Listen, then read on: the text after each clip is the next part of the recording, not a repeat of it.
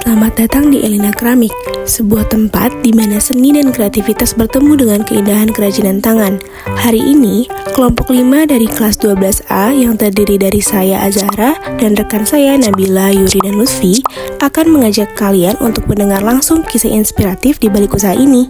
Kak, saya dari SMA 17 Bandung, saya Azahra. Di sini saya ingin ngobrol-ngobrol dan tanya-tanya sedikit nih soal usaha Elina Keramik ini, karena kita sempat lihat di FYP TikTok itu membuat kita tertarik untuk datang ke sini. Sebelumnya boleh tahu nggak kakak namanya siapa? Nama aku Dika. Aku di sini sebagai manajernya Keramik, juga yang membuat konten juga di Instagram Elina Keramik. Ya. Nah, kalau boleh tahu nih, cerita sedikit apa sih yang jadi alasan utama kenapa usaha ini bisa dipilih sebagai usaha? Usaha Elina Keramik itu usahanya ibu saya, kebetulan Ibu Elina,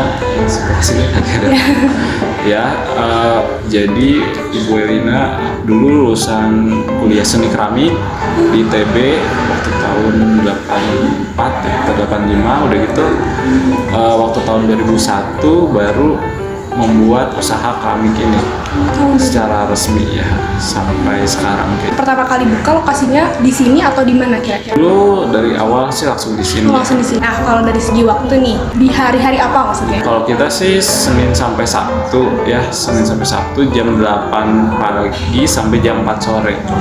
Di awal usaha ini berdiri, yaitu siapa saja sih yang terlibat dalam pendirian dan pengelolaannya? Kalau untuk awal-awalnya ya pasti ya ibu saya dulu.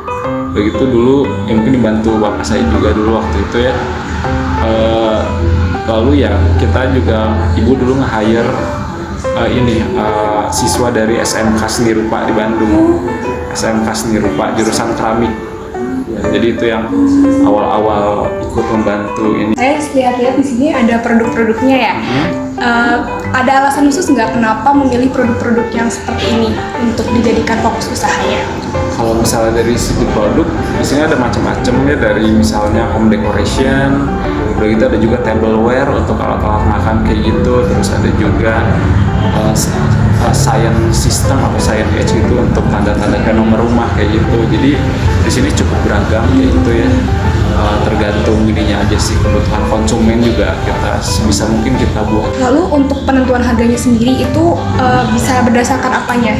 Penentuan harga produk itu tuh banyak faktornya ya, dari segi desainnya, udah gitu dari segi tingkat kesulitan membuatnya, udah gitu juga kita juga bisa mix material kayak gitu ya. Jadi misalnya digabung sama bambu atau apa, contohnya mungkin ada beberapa nanti bisa dilihat di sini kayak penggabungan material.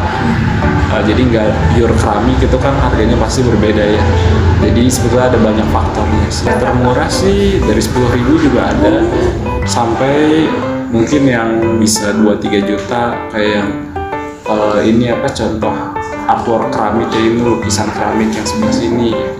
Ini bisa didapat di mana aja? Kalau online sih kita ada di Tokopedia, DM lewat Instagram atau TikTok juga ada, cuma TikTok sebetulnya belum terlalu aktif sih ya. Untuk pemasaran produknya sendiri ini biasanya melakukan strategi apa buat menarik pelanggan? Menarik pelanggan, yang pasti untuk zaman sekarang sih harus digital lah ya.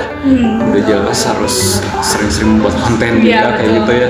Jadi kita juga di Instagram juga ya kita usahain selalu rajin buat konten gitu, dari bermacam-macam kontennya, dari ada yang menjelaskan produknya, tapi ada juga yang sedikit-sedikit yang hiburan-hiburannya gitu. Jadi cukup beragam sih untuk menarik konsumen kayak gitu ya.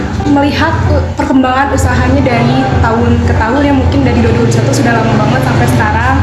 Terus saya juga semakin penasaran sih, nanti bakalan adakah inovasi baru lagi? Kalau inovasi sih mungkin kalau dari segi produknya sih kita coba selalu eksplorasi material kayak gitu. Jadi misalnya penggabungan mix media material, jadi nggak pure keramik gitu.